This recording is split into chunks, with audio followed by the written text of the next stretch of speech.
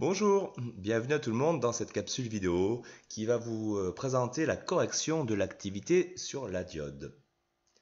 Alors nous commençons avec le début de l'activité. Donc on voit ici un petit peu le circuit imprimé dans lequel il y a les différents composants électroniques. Je vous rappelle un peu le thème. On avait vu en classe que quand on mettait les piles donc à l'envers dans un circuit avec comprenant pardon, un moteur, et ben le moteur se mettait à tourner à l'envers. Pourtant, on avait dit en classe, mais nous, quand on met les piles à l'envers dans un appareil, vous savez, il y a le dessin qui est ici, là. Quand on met les piles à l'envers par rapport à ce dessin, nous, l'appareil, il ne fonctionne pas à l'envers en réalité. Il ne fonctionne pas du tout. Alors, pourquoi? Simplement parce que les fabricants ont ajouté un composant électronique qui va bloquer le courant s'il passe dans le mauvais sens. Ce qu'il n'y avait pas sur notre montage avec le moteur. Ce composant s'appelle la diode. On la voit ici, donc dans ce circuit-là. Cette diode est bien un dipôle, fait bien partie de la famille des dipôles, puisqu'on voit que ici, hop, et ici, on a donc deux branchements pour les fils. De la même manière, ici, là, cette résistance que vous étudierez en quatrième est aussi un dipôle, deux branchements pour les fils. D'accord?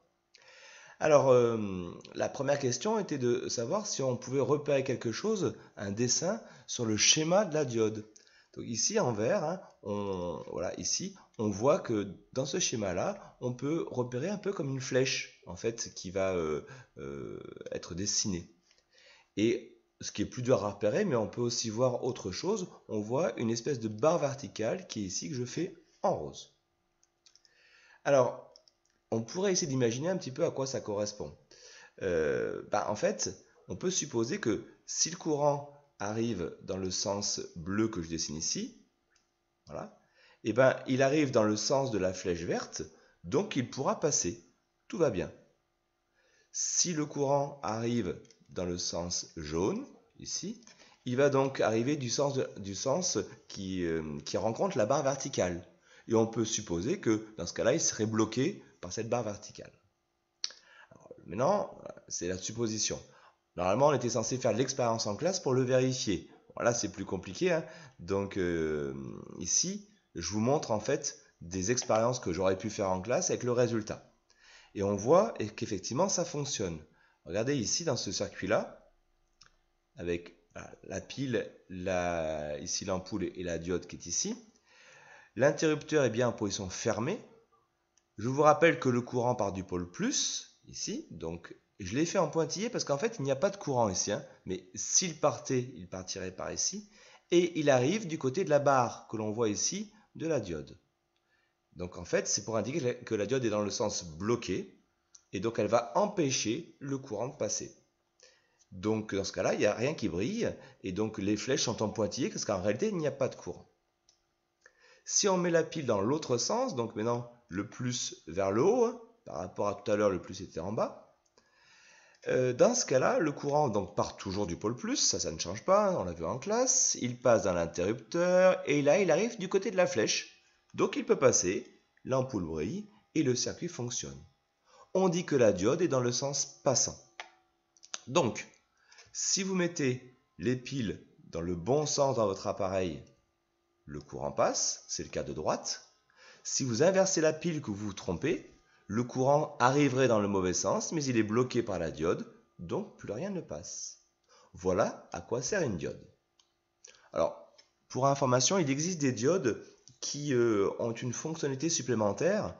Quand le courant passe à l'intérieur, elles le disent et émettent une petite lumière. On les voit ici, il y a des petites capsules de couleurs, et donc quand le courant passe à l'intérieur, elles éclairent. On appelle ça des diodes électroluminescentes, DEL. Et en anglais, on inverse les mots, ça donne une LED.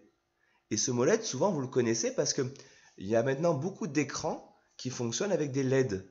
Parce qu'on s'est aperçu que donc, ces diodes électroluminescentes, elles étaient même capables d'émettre une lumière très intéressante. Et donc on ne les utilise plus maintenant pour bloquer le courant, mais on les utilise comme ampoule en fait, juste pour créer de la lumière. Parce qu'en fait, elles durent très longtemps et elles consomment peu de courant, donc c'est intéressant. Et donc très souvent, maintenant, les écrans de télévision émettent leur lumière grâce à ces LED, à ces diodes qui émettent de la lumière. Cela dit, nous en classe, pour l'instant, on reste sur l'optique de la diode qui va bloquer le courant dans le mauvais sens. Et on va s'entraîner avec un petit exercice. Alors, ici, il fallait ajouter le plus sur les piles. Bon, facile, hein, c'est la barre qui est ici, là, un peu plus grande, sur le schéma.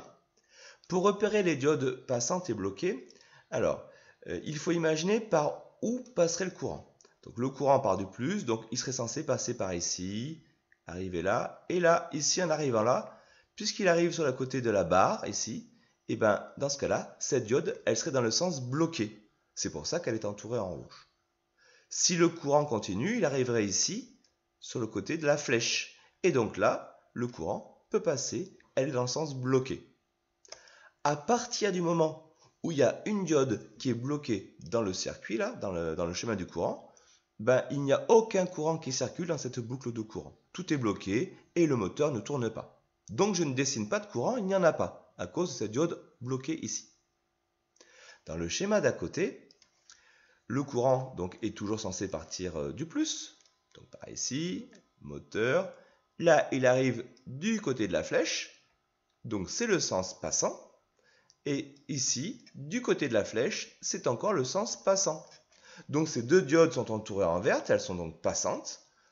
Le courant passe, et donc le moteur tourne. On dessine le courant avec des petites flèches ici en bleu, là, sur le côté, pour indiquer que le courant passe. Sur des schémas un peu plus complexes, voyons ce qui se passe. Alors ici, le courant part toujours du plus. Ça ne change pas. Et donc ce courant ici, quand il arrive là, vous voyez, il a un choix. On ne va pas tout faire en même temps, on va prendre l'idée qu'il passe donc par le bas. Ici, là, la diode est bien passante, puisqu'il arrive dans le sens de la flèche, hein, qui est ici, et il retourne au moins du générateur, parce que le but du courant est quand même de retourner au moins, tout le temps. Donc, ce que j'ai fait ici en rose, d'accord, c'est un chemin possible pour le courant, et donc l'ampoule va briller, parce que la diode ici est passante, donc on met les petits signes pour montrer qu'elle brille. Le courant peut avoir un deuxième chemin possible. Partir du plus, toujours, passer par ici, redescendre ici, et là il rencontre une diode qui est bien dans le sens passant, à cause de la flèche, hein, et donc il peut retourner ici, au moins.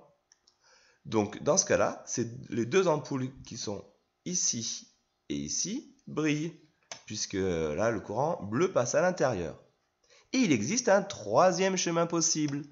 On part du plus, hop, je fais en jaune, et ici on passe là. Sauf que là, la diode est bloquée puisque le courant rencontre la barre verticale en premier. Donc pas de courant qui passe dans l'ampoule ici.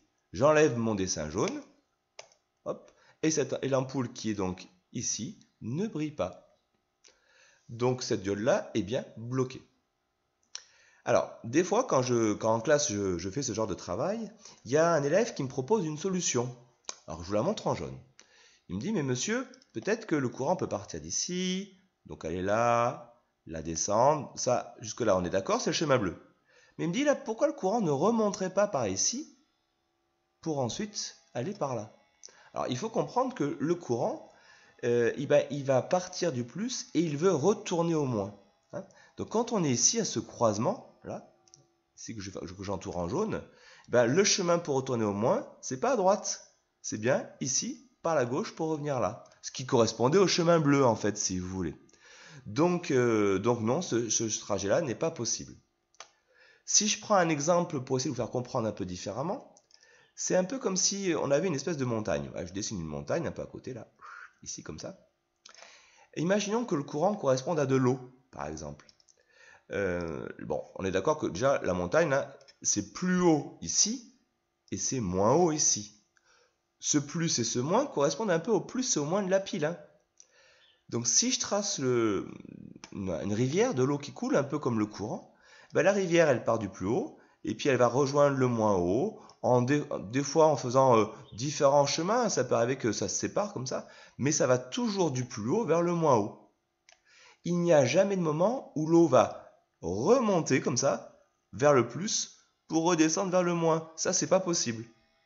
Et bien de la même manière, ici là, le chemin jaune que l'on voit là où ça repartirait vers le plus, il n'existe pas non plus. C'est un peu le même principe.